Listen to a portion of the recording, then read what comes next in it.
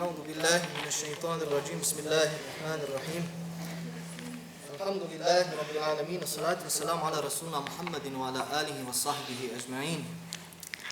Zaista neizmjerna hvala pripada samo Allahu dželle šanuhu, a salavat i selam je na miljenika svijeta Muhammeda sallallahu alejhi ve sellem, na njegovu časnu porodicu, njegove cijenjene ashabe, kao i nas vas ovdje danas prisutni.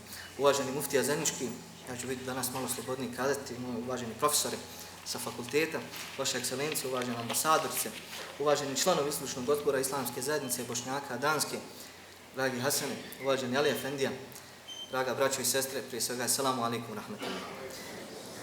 Meni je pripalo zadovoljstvo i čast kao imam džamata, a ujedno i kao domaćin da sa vama podijelim nekoliko rečenica. Ja neću plaho duljiti jer mi imam običaj da se raspričamo, a ja više uživam kada slušam svoje goste jer na taj način i učim. A ono što je mene potaklo da podijelim nekoliko rečenica sa vama jeste jedno razmišljanje, a to je mi svi dobro znamo ili nama svima je dobro poznat pojam sjećanja. Pa često kažem sjećam se ili imam u podsvijesti, sjetio sam se nečega i tako dalje. Međutim, jako malo recimo razmišljamo šta je definicija sjećanja. I pretežno mi imamo, kada su pitanje, da kažem, većina stvari, to su pojmovi. Međutim, kada treba definisati nešto, mi nekada možda tu malo kiksamo, odnosno nemamo možda pravi izraz ili ne možemo se adekvatno izraziti i tako dalje. Međutim, ja ću početi svoje ovo obraćanje upravo sa definicijom sjećanja. A to je da je to zapravo, kaže, ljudska sposobnost mentalne reprezentacije doživljenih prošlih događaja i iskustava. Ako bi morao povezati sjećanje sa iskustvom, onda ću to vezati za nešto što je dobro. Međutim, ako uzimam riječ događaj, nažalost, danas pored vas živih svjedoka koji ste i moji džamatlija, koji ste moji svjedoci, koji ste doživjeli to što ste doživjeli, a mi, mlađi ljudi, pričamo o tome, prenosimo poruku, jer, da kažem iskreno, ja sam rođen Haman pa pred sami kraj rata, tako da moja je borba jedino intelektualna, jedino razgovorom, jedino svojim znanjem, a vi prenosite svoje znanje, svoje iskustvo na mene. Tako da, kada imam vas kao podršku, kao ljude koji ste živi šahidi, svjedoci, onda i ja mogu da potpuno jasnije definišem i razumijem upravo pojam sjećanja. U knjizi Islamska deklaracija od rahmetli predsjednika Alije Izetbegovića stoji jedna rečenica koja me fascinirala. A piše tamo, kaže, pismo je način na koji jedna nacija pamti i opstaje u povijesti. A ja bih pored pisma dodao i sjećanje. I sjećanje je način ili metoda na koji jedna nacija pamti i opstaje u povijesti. Da nema sjećanja, da se mi ne sjećamo ovoga, mislite li da bi nekome bilo stalo do nas? Ne bi. Mi moramo biti iskreni, moramo biti realni, moramo kazati stvari kakve jesu.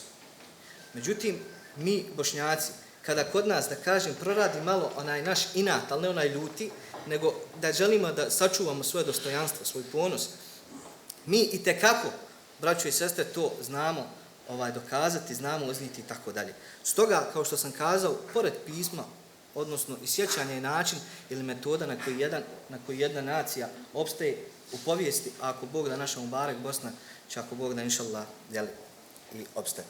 Međutim,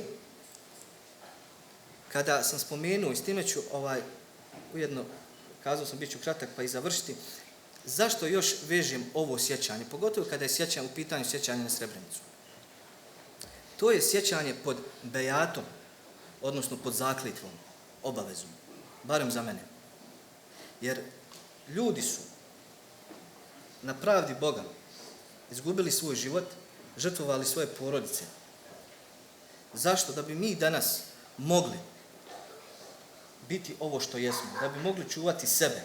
A najbitnije u životu, prvo čovjek mora da očuva sebe kako bi mogao čuvati i drugi. Ako ja ne čuvam sjećanje na ono što je meni sveto, na ono što je meni drago, kako onda mogu tek da čuvam ili sjećam se nečega drugog? Stoga, često sam to govorio, a meni je pogotovo to obaveza kada kažem, ja znam da pred Allahom dželle šanuhu sutra treba džavab ili odgovor dati za svoj protekli život, za svoje postupke i tako dalje. Međutim, još jedna obaveza, bejat, zakljetva koju sam dao, to je kako se opravdati ovim ljudima ako sam imao priliku da budem dobar čovjek, da čuvam svoju vjeru, da čuvam svoju naciju, da čuvam svoj bošnjački identitet. Sjećanjem mi čuvamo svoj identitet. Sjećanjem mi čuvamo svoju državu. Sjećanjem mi čuvamo, kao što kažem, sebe.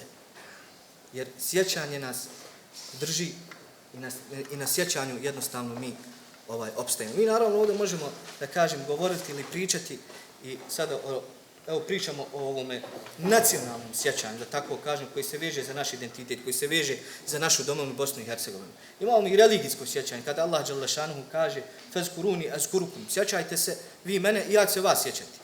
I dakle, kada povezujem sada sve ove stvari, da li možemo religijsko sjećanje odvojiti od nacionalnog, evo da malo porazmislimo o tome danas. Neka to možda ujedno bude i moja poruka kao domaćina i kao imama džemata Saf Odense, a ja se zahvaljujem svima vama koji ste danas došli da uveličate ovu manifestaciju. Alhamdulillah, zaista kada stanete iza govornice tek vidite ovu ljepotu i vidite zapravo dokaz koliko je ljudima stalo do našeg identiteta, koliko je stalo do nas Bošnjaka, koliko je zapravo stalo. Ovo je dokaz da mi zaista čuvamo sjećanje na Srebrenicu. Na hudbi sam kazao i govorio o tome da molim Allah dželle šanuhu da svoju blagodat upotpuni prema vama. I danas evo sa ovoga mjesta molim Allah dželle šanuhu za vaše izdvojeno vrijeme koje ste dali, žrtvovali, da dođete, da pogledate, da budete sa nama, molim Allah dželle šanuhu da vas nagradi i da zaista nikada ovo sjećanje, pogotovo na Srebrenicu, koja nas veže naravno za našu domovinu Bosnu i Hercegovinu, nikada ne napusti. Živi bili, hvala. Salamu alejkum.